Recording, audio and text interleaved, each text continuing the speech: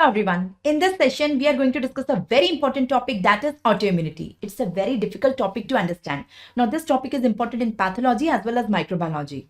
In your university exam, you usually get a long question on the various mechanisms of autoimmunity, and it's very difficult to understand, but I will try my best to make this topic a cakewalk for you. Okay, so we will see the mechanisms of autoimmunity for your long question, and sometimes you get a short question on individual mechanism also. So let's start the topic, that is. So here you can see we are starting the topic, that is autoimmunity. So first of all, I will let you know the introduction. Then I will let you know the immunological tolerance. Now you may be thinking, ma'am, what is immunological tolerance? Basically, autoimmunity is the breach in tolerance. You cannot understand the mechanism of autoimmunity if you don't understand what is tolerance. First, you have to understand tolerance. Then you can understand the breach in tolerance, how it is leading to autoimmunity. So it's very important to first understand the tolerance that prevents autoimmunity. So there will be a breach in the tolerance that will lead to autoimmunity. So there are various mechanisms. We will see that. And after that, we will see the breach in tolerance, how it is leading to autoimmunity. And finally, we will see the examples of autoimmunity. So let's start it, the topic autoimmunity. First of all, let me tell you what is autoimmunity. To understand autoimmunity, you must understand what is immunity. What is immunity?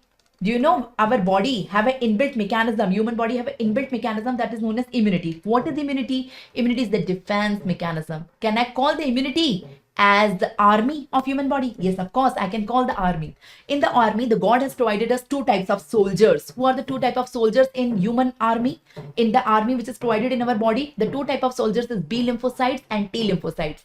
These are the two types of the soldiers. Okay, so what does these soldiers do? What does the army do? What does the soldiers do in the army? So whenever any foreign particle enters in human body, the foreign particle is the terrorist or foreign particle enters in human body, the army get activated and army start killing the foreign particle. So that is the job, the function of the army. The soldiers in the army kill the foreigner particle.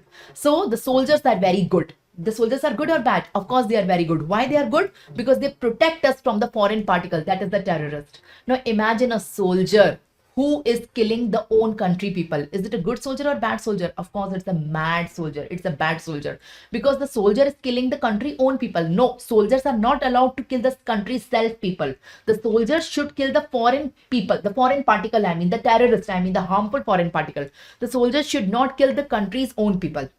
That is autoimmunity. In autoimmunity, the lymphocytes become self-reactive. The soldiers become self-reactive. The lymphocytes, B and T lymphocyte, they become defective. Defective means they become self-reactive. Defective means they become self-reactive. The B lymphocyte as well as T lymphocyte, they become defective. They become self-reactive. So instead of killing the foreign particle, they start killing the self-tissue. So that is the disease autoimmunity. You got my point? So what is autoimmunity? It's a group of disorder in which the tissue injury occurs in human body either by humoral immunity or cell-mediated immunity by the self-reactive, autoreactive B and T lymphocytes to the self-antigen. So you can see it's a disease in which body's own immunity is destroying the own tissue.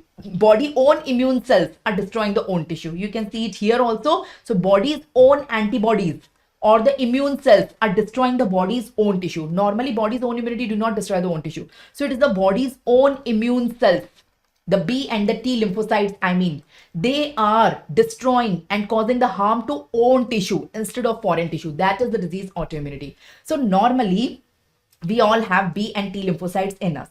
So out of the 100% B and T lymphocyte, I will call the B and T lymphocyte as soldiers. Out of the 100% soldiers, a few percent, maybe 1% approx, they become self-reactive enough in all of us. You may be thinking, ma'am, yes, is it true that they become self-reactive in all of us? The healthy individuals also, yes, some of them become self-reactive. You may be thinking, ma'am, then in that case, if you're saying this is true, then all of us may be having the autoimmune disease, but I don't have any autoimmune disease. I'm a normal individual, a healthy individual. I don't have any autoimmune disease, but you are saying that a few percent of the lymphocyte becomes self-reactive in all of us. How it is possible?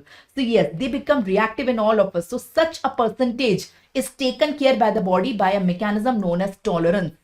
Tolerance is the mechanism by which the self-reactive lymphocytes are destroyed. So we all have tolerance in us. So thankfully, God has given us tolerance.